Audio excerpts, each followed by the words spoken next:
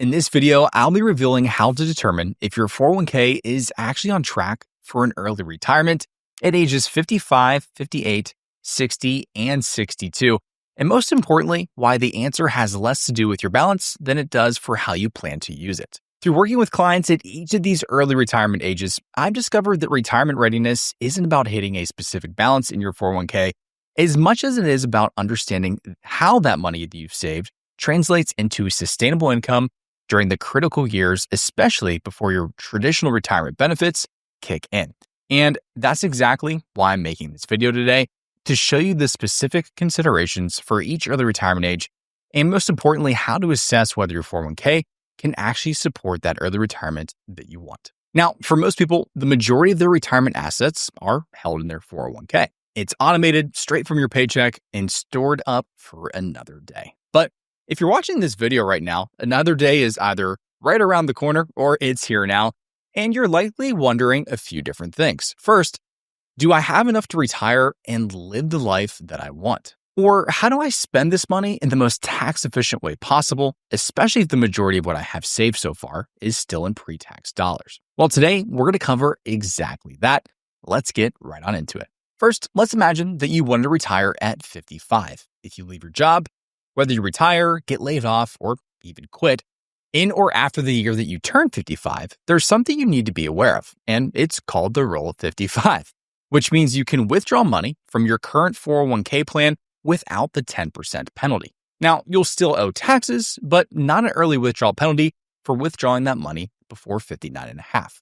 So, if you're 55 or older and ready to pull the retirement ripcord, you can start using your 401k to fund your lifestyle, to help you bridge the gap until Social Security, or cover early retirement expenses. But there is one thing to keep in mind, and this only applies to your current 401k plan at your current company.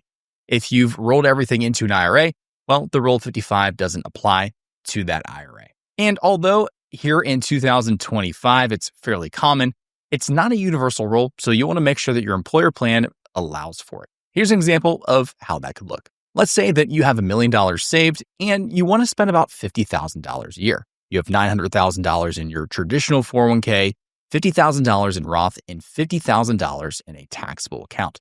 Now, of course, the earlier you retire, the more variables that you need to plan for. You'll have at least 7 years before you can start claiming your lowest possible Social Security benefit, which will put a larger strain on your portfolio earlier on. But under bad times in the market, especially at the beginning of your retirement period, taking heavy withdrawals on top of a market that's already down can really punish your portfolio and shrink the longevity that is expected for your portfolio to have. Again, this has to sustain you for years to come. That increases your odds of running out of money substantially, and it's what we call sequence of returns risk, or what I like to call retiring at the wrong time risk. Now, using the Rule of 55, you can set up distributions directly from your 401k plan to start generating retirement income. And just because most of your assets are still in your 401k doesn't mean that you need to be fully invested, meaning that there is a way to prepare yourself for sequence of returns risk. Let's look at an example of how that could look. I like to break it down in 3 different buckets. First would be bucket 1. This would be about $250,000 of cash in short-term fixed income. Again, this would account for about 5 years of spending, going back to our previous example. Next is bucket 2. This will have about $100,000 in it and would cover an additional 2 years of spending to bridge that 7-year gap. And lastly, everything else is in bucket 3. This would be in stocks or in the market, and this would be that additional $650,000. Don't worry, we'll cover that in more detail and how to set that up for yourself later in this video. In that scenario, we bridge the entire gap. And if you want to bridge your entire gap, you're more than welcome to do so. But this will vary depending on your risk tolerance, portfolio size, and your spending needs. Now, I'd recommend about 2 years in your short-term bucket on the low end, with no more than what's needed to bridge the gap between the time you retire and the time that your Social Security kicks in, which in this case would be 7 years. In order to counter this very real risk, effective asset allocation can actually help you ride out bear markets without feeling the pain of retiring at the wrong time. But one of the other biggest advantages to retiring early, especially at 55, is the ability to do Roth conversions with more time left on the clock. In fact, you have a 20-year window until RMDs become a reality, which allows you to do some strategic planning, especially when it comes to distribution. Now, this will vary based on your asset level and how much you have in assets, outside of your pre-tax accounts, in this case, outside of your 401k, and also, of course, longevity. However, the benefits of Roth conversions are larger when there is more time for money to compound tax-free without continually having to kick that tax can down the road. Think of it this way. If you had $1 million and you had 20 years to spread that out, you can keep yourself in a lower tax rate. Meanwhile, if you retired at, let's say, 65 versus 55, that 20-year window becomes a 10-year window until RMDs kick in, meaning that you have to fit the same amount of money or convert the same amount of money in that scenario in a shorter time frame, which is going to push you into a higher tax bracket. So in this situation, you have more control and you have more time. And for many of our clients that retire in their mid-50s, they're normally in the lowest tax bracket that they've sniffed out for decades, and we want to make sure that we take advantage of it. This gives us the opportunity to strategically control how much income you're taking each and every year, converting up to a certain tax bracket and allowing us to convert quite a bit more within that bracket since you will have more room to fill up on top of it, as we just discussed. And ideally, your early retirement strategy is structured around this window of opportunity to make those strategic conversions and pay less in taxes over time, especially if, in this situation, a good deal of your assets are still in those pre-tax 401ks. If you'd like to learn more about whether or not Roth conversions could work for you, I do have more videos up on my channel explaining exactly how to do it. And hopefully it's clear now that retiring at 55 can create more dependence on your 401k, but retiring at 58 shows how the approach changes with a different timeline. To no surprise, retiring at age 58 is financially easier, more often than not, than retiring at 55, but it's not without its own pitfalls if you're not prepared. There's still at least a 4-year gap before Social Security can kick in and a 7-year gap before your Medicare coverage begins. This is why having the right withdrawal strategy and healthcare plan is going to be crucial for your success when you retire at this point. So let's break it down. The reality is that your actual healthcare costs at age 58 are normally about 30% higher already than they were at age 55. And those costs will continue to climb up to about 50% higher by the time that you turn 62, which is why you shouldn't wait until you're already retired to figure out what you're going to do about health insurance. In fact, for many of the retirees I talk to, 2 main things are on their mind behind retirement: taxes and health insurance. And for a lot of retirees in their late 50s, keeping healthcare costs down before Medicare is going to be essential, but don't let it stop you from retiring. I've seen way too many people in their late 50s who are miserable at work, but plan to grind it out until 65 just because they'll get Medicare, and they're afraid of what health insurance might cost. Oftentimes, those are the same people that didn't do the research or didn't get an opinion to find out what's possible. So here's the good news.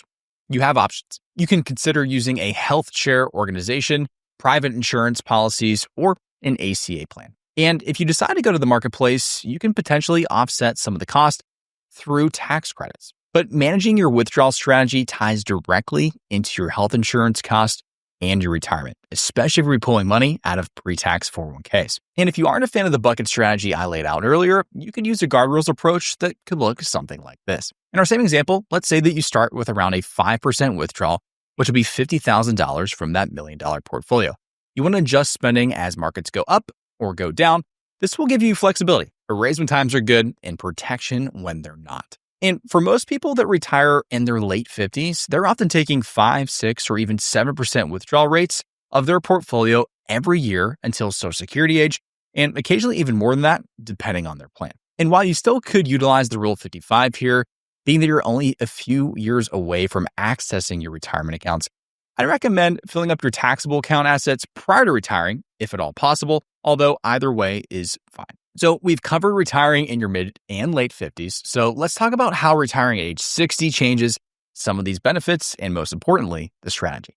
Waiting until 60 to retire can change some key factors impacting your 401k's balance. Being that you're over 59 and a half, you'll gain full access to your other retirement accounts now that you're of age. So congratulations to you. At this point, the bridge between your retiring and claiming Social Security is also even shorter. At this stage of the game, you'll likely be on an ACA plan at this point for at least another 5 years until Medicare kicks in. And if you're also considering Roth conversions like we discussed earlier, as I mentioned, your health insurance premiums can be higher. That might be okay, and it might not. It depends on a few factors like the size of your portfolio and how much you're actually taking. But if you are taking distributions from your pre-tax 401k, it's important that you manage and understand your modified adjusted gross income. This is what's used to determine whether or not and how much tax credits you'll get to offset your ACA plan. However, I always caution clients to be careful not to always let the health insurance tail wag the Roth conversion dog.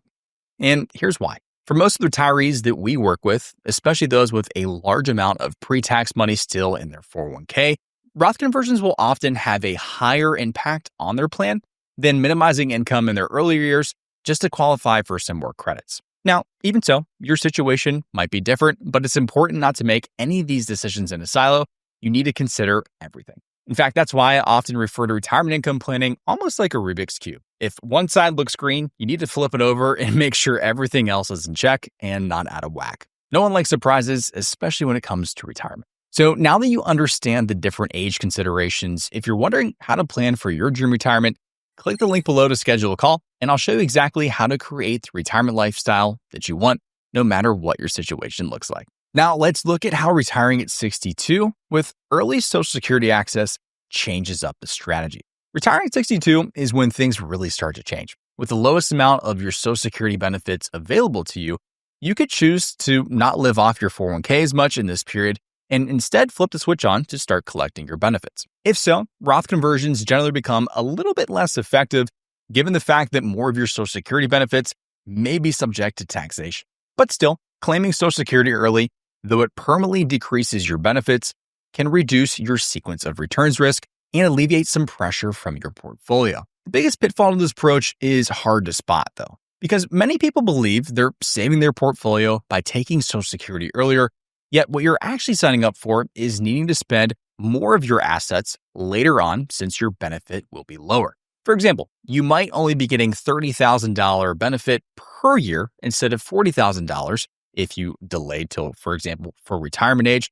So that $10,000 you were counting on has to come from your portfolio at some point to make up the difference. But regardless, if you choose to claim early, claim at full retirement age, or even delay till 70, you need to take other factors into account, such as whether or not you'll live well into your 80s, or if you have a shorter life expectancy, and also the impact of more years of your investment portfolio not having to be drawn down more. It's clear that early Social Security changes planning, but the withdrawal strategy framework shows us how to optimize your 401k sustainability across all these ages. So what withdrawal strategy framework determines whether or not your 401k can actually support early retirement? Well, you have your options, and every successful retirement starts with using the right withdrawal strategy. If you're just using a simple back-of-the-napkin plan like the 4% rule, you might be leaving your own money on the table by not spending enough. Let me explain. If we go back to our dynamic guardrail strategy, you want to target somewhere around 5% of your portfolio each year. And rather than a stagnant percentage like the 4% rule, this is a spending guardrails method that can help you stay safe in early retirement while still spending more than the safe withdrawal rate of, hypothetically, 4%.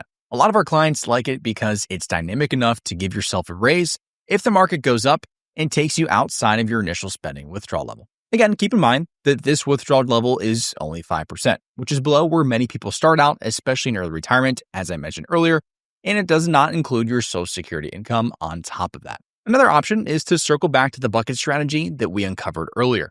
As mentioned in our $1 million portfolio example, you would have $250,000 in cash in short-term fixed income, which would be about 5 years of spending, $100,000 in bucket 2, which would be bonds, which would be another 2 years of spending, and then bucket 3, $650,000, which would be invested in the market in stocks. So to cover that a little further, in bucket 1, you want about 2 to 5 years of expenses sitting in cash and ultra short-term bond funds, things like money markets, high-yield savings accounts, CDs, stuff that's boring, but stuff that is safe. Now, if you are a fan of bonds, or potentially if you're at least open to them, in bucket 2, you want to fill it up with at least maybe 2 to 5 years of expenses. And this is where you can accept some volatility for a little bit more yield.